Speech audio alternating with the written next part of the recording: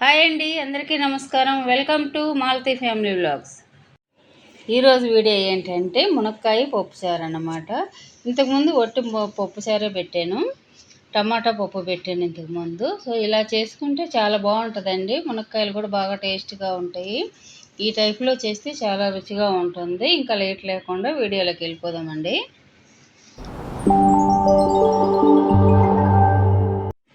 ముందుగా లోతైన డేక్షాని తీసుకోవాలండి. ఈ డేక్షాలో నేను 2 గ్లాసులు, టీ గ్లాస్ అంత గ్లాసులో 2 గ్లాసులు తీసుకున్నాను కందిపప్పుని. తర్వాత నీళ్ళు పోసుకొని బాగా కడుక్కోవాలండి. ఒక 2 సార్లు కడగాలి. ఆ తర్వాత ఒక గ్లాస్ నీళ్ళు పోసి నానబెట్టుకోవాలి. ఒక 20 నిమిషాలు నానబెట్టుకోవాలి. కందిపప్పు నానేలోగా ఈలోపు మనం మునక్కాయలు కట్ చేసి పెట్టుకుందామండి. నేను 3 మునక్కాయలు తీసుకున్నాను. ఇలా చిన్న చిన్న ముక్కలుగా కట్ చేసి పెట్టుకోవాలి. స్టవ్ వెలిగించుకొని నానబెట్టుకున్న కందిపప్పుని స్టవ్ మీద పెట్టి హై ఫ్లేమ్లోనే ఉడికించుకోవాలండి. అంత మటుకి కందిపప్పు పొంగొచ్చిన తర్వాత ఒకసారి మూత తీసుకొని చూద్దామండి. ఇప్పుడు గరిటెతోటి ఒకసారి కలిదిప్పుకుందాం.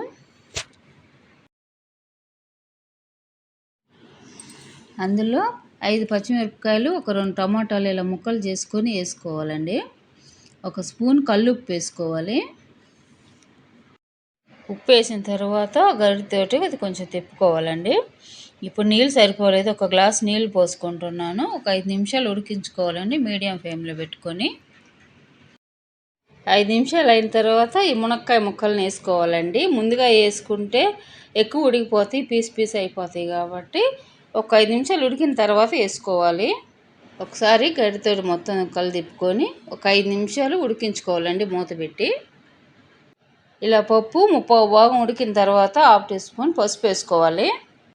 ఒక 1/2 టేబుల్ స్పూన్ కారం వేసుకోవాలండి. ఎందుకంటే ముందుగా పచ్చిమిరపకాయలు వేసి ఉన్నాం కాబట్టి టేస్ట్ కోసం కొద్దిగానే వేసుకోవాలి కారము. కొద్దిగా చింతపండు వేసుకోవాలి. ఇప్పుడు ఒక 1/2 గ్లాసు వాటర్ పోసుకోవాలండి. ఒక 5 నిమిషాలు మూత పెట్టుకొని ఉడికించుకోవాలి మీడియం ఫ్లేమ్లో. ఇలా ఒక 5 నిమిషాల తర్వాత చూడండి బాగా పర్ఫెక్ట్గా ఉడికాయి. పప్పు మునక్కాయలు చూడండి ఎంత బాగా ఉడికాయో. ఇప్పుడు మునక్కాయలను సపరేట్ చేసుకోవాలండి. అలాగే కలిపెట్టుకున్నామంటే సిదురైపోతాయి. సపరేట్ చేసుకొని పప్పును కలిపెట్టుకుందాం పప్పు గుత్తితో. ఇలా టమాటాలు, పచ్చిమిరపకాయలు నలిగేంత మటుకి పప్పు గుత్తితోటి బాగా కలిపెట్టుకోవాలి. ఆ తర్వాత 2 గ్లాసులు నీళ్లు పోసుకోవాలి. ఇప్పుడు ముందుగా పక్క తీసి పెట్టుకున్న మునక్కాయ ముక్కల్ని వేసుకుందాం పప్పులో. ఒకసారి గరిటెతోటి కలిదిప్పుకుందాము. పోపు కోసం ఇప్పుడు స్టవ్ వెలిగించుకొని కడాయి పెట్టుకొని ఒక 3 టేబుల్ స్పూన్ల ఆయిల్ వేసుకోవాలి. ఒక 2 టేబుల్ స్పూన్ల పోపు దినుసులను వేసుకోవాలి. ఒక పెద్ద సైజు ఉల్లిపాయని ఇలా చిన్న చిన్న ముక్కలుగా కట్ చేసి వేసుకోవాలి. 4-5 ఎల్లుల్లిని ఇలా కచ్చాపచ్చాగా దంచి వేసుకోవాలి. ఇలా 2 ఎండుమిరపకాయని ఇలా తుంచుకొని వేసుకోవాలి. ఒక 2 రెమ్మల కరివేపాకు వేసుకోవాలి. ఇలా ఉల్లిపాయలు లైట్ గోల్డెన్ కలర్ వచ్చేంత మటుకు వేయించుకోవాలి. ఇలా తాలింపు లైట్ గోల్డెన్ కలర్ వచ్చిన తర్వాత ఈ తాలింపుని పప్పులో వేసుకోవాలి. పప్పులో వేసుకొని ఒకసారి గరిటెతో మొత్తం కలబెట్టుకోవాలి. తాలింపు వేసుకున్న తర్వాత ఒకసారి పొయ్యి మీద పెట్టుకొని బాగా మరిగించుకున్న తర్వాత ఇంకా దించేసుకోవాలండి. అంతేనండి, మునక్కాయ పప్పు చాలా టేస్టీగా ఉంటుంది. కొత్తగా నేర్చుకునే వాళ్ళకైతే చాలా ఉపయోగపడుతుందండి. ఇలాంటి కూరలు చాలా ఈజీగా కూడా చేసుకోవచ్చు. అంతేనండి.